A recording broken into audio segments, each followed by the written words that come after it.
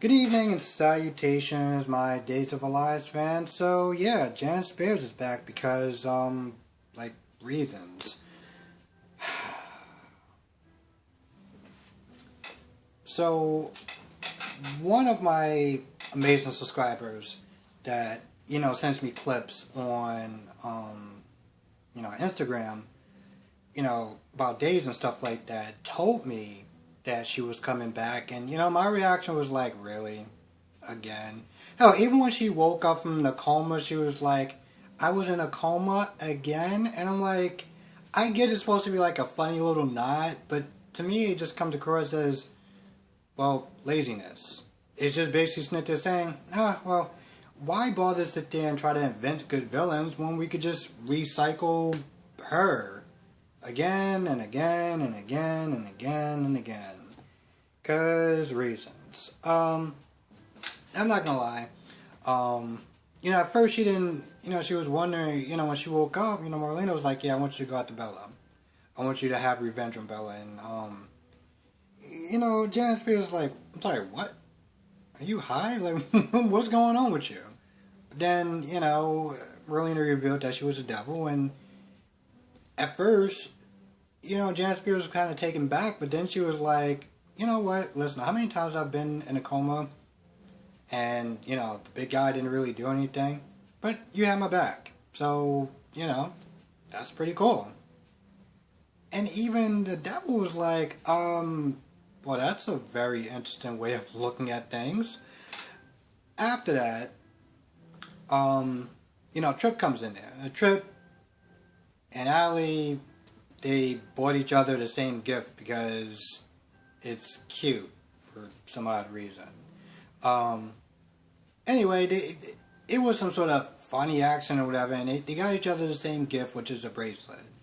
Now he leaves to go, because, he was there to comfort Allie about Philip and stuff like that. I don't know what their relationship is. It never really seemed like it was good between Allie and Philip. I think like a clip that I saw, it didn't really seem like it was great. But anyway, she was kind of down about it, and he decided to give it to her early, her present, and they exchanged gifts, and they got matching bracelets. So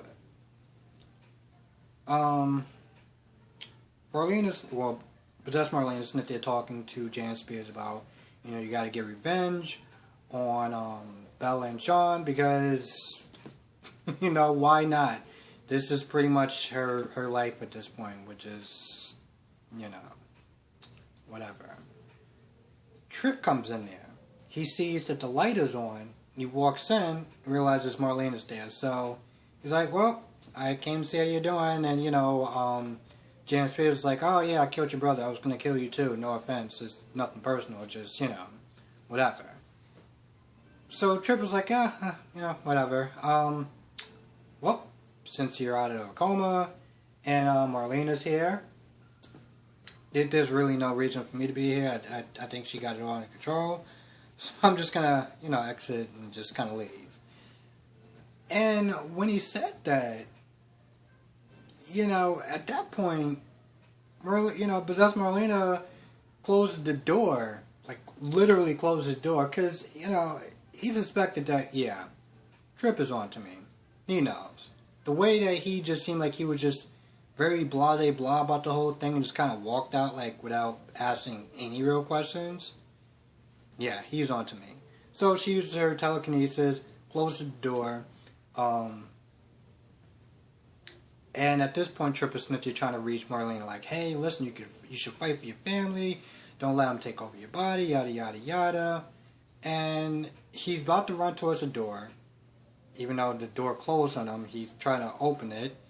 And, of course, since the hospital has just full of trays, the devil takes the tray and just, pop, right on the head. Knocks him out. So Janet Spears and Possessed Marlena's walking out. And I guess the devil made Trip look like Janet Spears because when Steve and Kayla come into the room, that's what they see. So they're just wondering, where is Marlena, Possessed Marlena? it took a bit of convincing, because Kayla was knocked out, and Steve woke her up, and so now Kayla's holding the scalpel, and she's all like, "Oh, you're not gonna hurt me, you're not gonna hurt my family, yada yada yada." I'm sitting there thinking, so Steve is gonna say some sort of something that only they would know, to prove that he's not the devil. That's not what happens. He just says, you love me, you can feel my love, and yada yada yada. And I'm like, okay, I'm pretty sure that's not verification to prove that you're not the devil. But she's like, okay, fine, you're not the devil, and that ends that. Now, I'm not gonna lie. Whenever there's some sort of suspense or something big that's gonna happen, they always play this really cheesy, cringe-worthy music where it's like you can hear like a helicopter in the background, and I guess it's supposed to be exciting, but to me it's just like, why do they play that music? They can play any other music in the world, and they choose to play the most cheesiest. Like, what is that supposed to be? I don't understand. Anyway, the hell am I actually at? He says some words. She believes him, and then they try to look for Marlena, which I'm just like, bro, what are you gonna do? I'm like, Steve, my guy, you're one of two of my favorite characters. What are you gonna do when you find the devil? Sean tried to handcuff the devil, and he just snapped him apart. Was he gonna sit there and kill Sean, John, and Ben? But you're just gonna go in there and save the day and just stop the devil all by yourself. I mean, with you and Kayla. I wonder how that plan would have worked out. So it's very clear that Philip needs psychological help at this point, because Chloe's at the door, and Philip hides, and Kay's like, oh, I don't want to, I don't want you bothering me. My son's dead or whatever. Yada yada yada. Brady killed him, and then Chloe tells her that I didn't sleep with Brady. I swear on my son's life. And right then and there, that's when Kate believed her. And also, Chloe was like, yeah, I didn't have sex on the conference table. Nicole did. She doesn't say with who, but she says Nicole. I'm just like, why did you... I guess to, get her to, change their mind on declaring Philip dead, so that way Brady doesn't have to spend the night in jail, or in a holding cell. But yeah, just like, I didn't do it. You gotta believe me. And again, like I said, she believed him on that, but then, Kate was like, y'all, you pitted those two against each other for years. You also cheated. I'm like, Kate, I'm pretty sure you cheated probably once or twice or a couple of times in your life, but okay, sure, I guess we're throwing stones here now. Now, after Kate leaves, after Chloe leaves, after saying that she'll think about, telling Trash to change the whole legally dead thing, Philip comes out there and feels like, that lying, cheating bitch. I'm like, bro, what is wrong with you? Hell, even Kate is like, yo, she didn't cheat on you. Like, I believe her mother to mother. That's not something you just do lightly by sitting there swearing on your children's lives. And at this point, Philip kind of realized that he did all this for nothing. And he just can't come to terms with the fact that this whole scheme and everything like that was all for nothing. And at this point, he's just like, well, I don't want to lose. I'm not going to lose. Brady's going to sit there and spend the rest of his life in jail.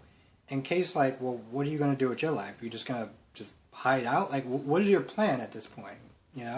What is the plan? Because this is not a thing. And this is where we get to the heart of Philip's, this whole thing of why he did it and everything like that. Just get into the heart of his problems, that he's always felt like a loser. You know? He's lost so many people to other people. He lost Belle to Sean. He felt like he lost Chloe to Brady. You know, he felt like, you know, he lost the company. He lost his dad's respect and love. You know, he just feels broken.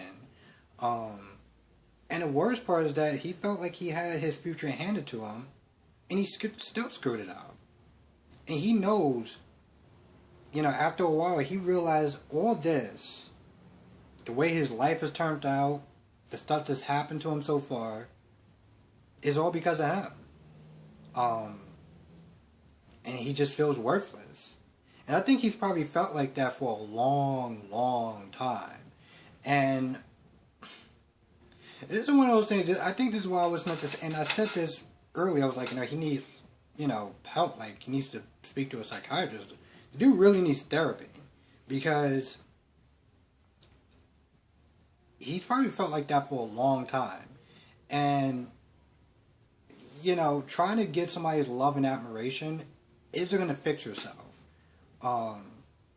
You know, with Chloe and stuff like that, it's not going to fix him. He needs therapy.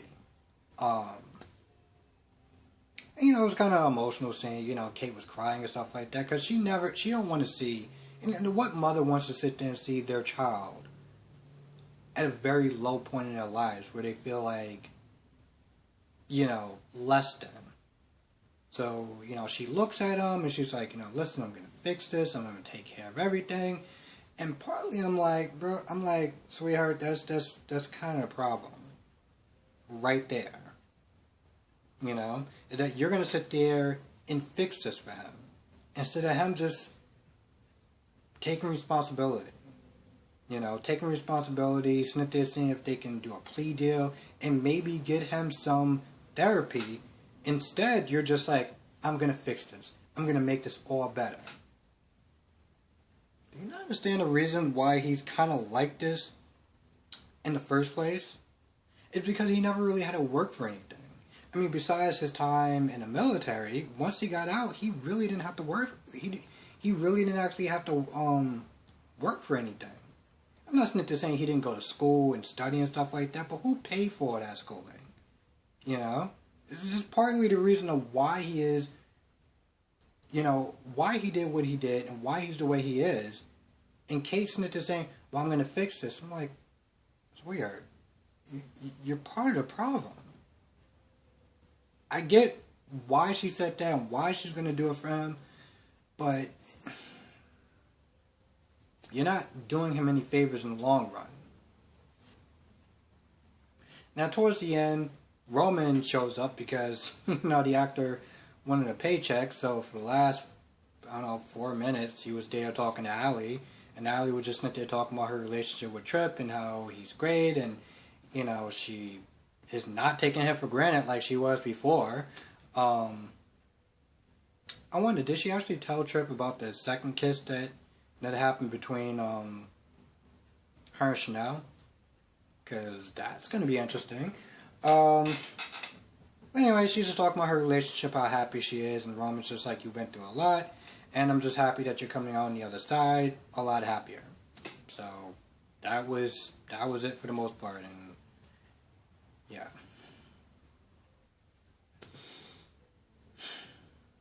I feel like that's about it. I really do. But I also feel like I'm missing something. Because I always feel like I'm missing something. So if I did, write it down in the comment section below. With that being said, I'm going to go.